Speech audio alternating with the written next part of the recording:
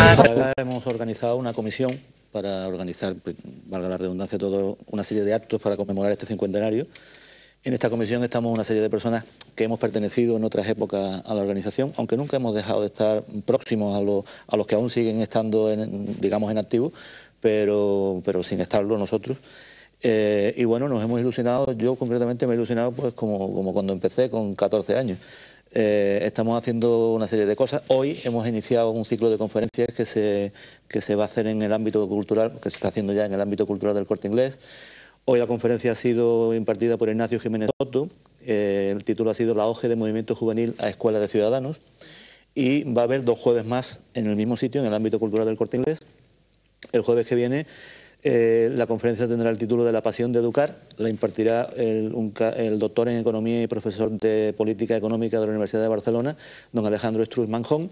Y el último jueves de este ciclo de conferencias, que será el 6 de mayo, habrá una mesa redonda que estará moderada por un conocido de esta casa, bueno, yo creo que de todos los malagueños, el periodista Antonio Guadamuro, en la que van a intervenir personas que, digamos, en su mayoría estuvieron en los inicios de la OGE de Málaga hace 50 años, en los años 60, y iniciaron los diferentes grupos de actividades más conocidos o que más nombre o fama le han podido dar a la organización en Málaga.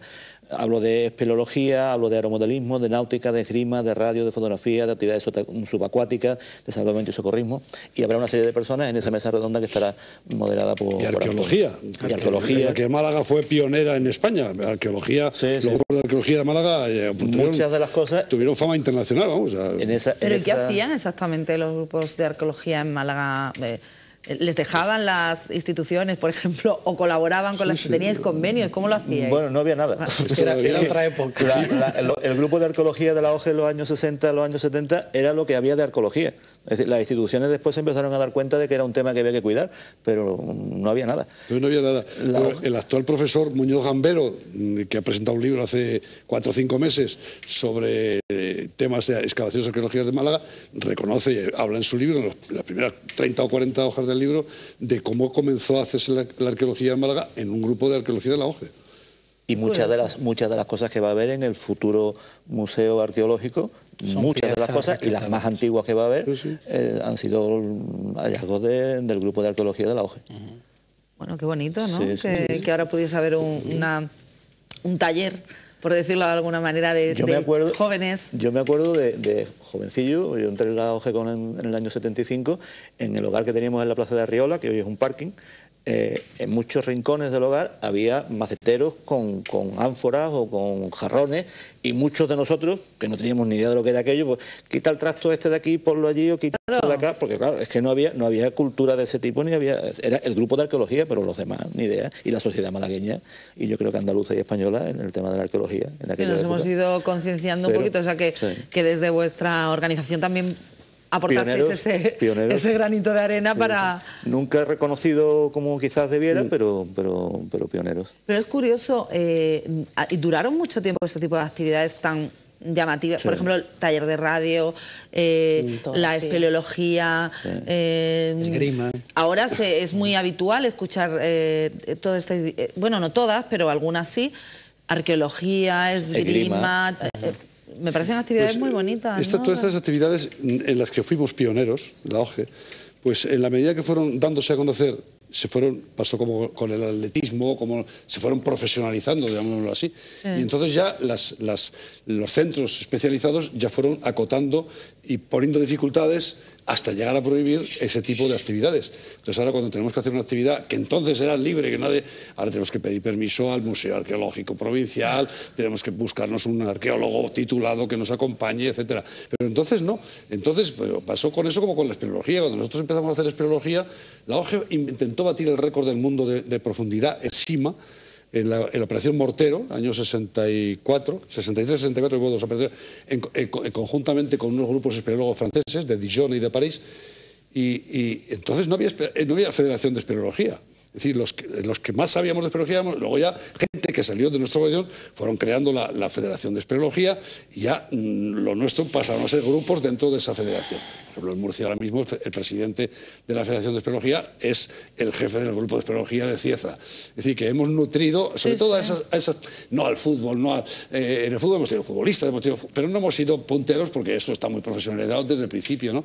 Pero en atletismo, pues yo, o en judo, mira, la primera mujer española que tuvo una medalla de oro olímpica fue una chica de la OGE, Miriam Blasco, que hoy es senadora, pero fue en el año 92 en Barcelona, en los Juegos Olímpicos de Barcelona. La primera mujer española que tuvo una medalla de oro olímpica era de la OGE. El primer español que tuvo una medalla de oro en náutica procedía de la OGE, que era el canario Doreste. Había un montón de actividades. El primer hombre, la primera persona, el primer hombre, porque la mujer española hasta hace un par de años no ha hecho alpinismo, el primer español que pisó un 8000 era un hombre de la OGE. Y el primer español que llegó al Everest era un hombre de la OGE. Es decir, ahora ya la montaña de la práctica ya se ha profesionalizado, ya se ha popularizado mucho, seguimos haciendo, el chaval nuestro hace 8 meses ha estado en el Choyo, un 8000, ¿no? Él solo. Chaval nuestro de León. Pero es decir, hoy hay mucha gente ya. Pero los pioneros en todas estas cosas, pues fuimos nosotros. Sí, que eran actividades no muy conocidas, no muy popularizadas, y que quizá eran también, me imagino, que supondrían un aliciente para la gente que se apuntaba. Nosotros les ayudábamos dentro de nuestras pequeñas posibilidades a esas grandes expediciones. Hoy ya no, ya entrarán Eslela, Forla, no sé qué. Hoy ya van con una serie de equipamiento y de empresas que pagan y tal. Claro. Entonces nosotros estábamos como locos buscando 4 perrillas para mandar a un grupo a Groenlandia o para ayudarle a uno que se iba a intentar el Everest con otros 2 coreanos y con un ruso, ¿no? Y entonces nosotros le apoyábamos dentro de nuestras posibilidades, pero repito, el primer español que pisó el Everest era un hombre de la OGE, que vive todavía, y el primero que pisó un 8000 también era de la OGE. Y en Andalucía, porque él está dando nombres así de gente a nivel nacional que han hecho... Pero en Málaga, por ejemplo, o en Andalucía...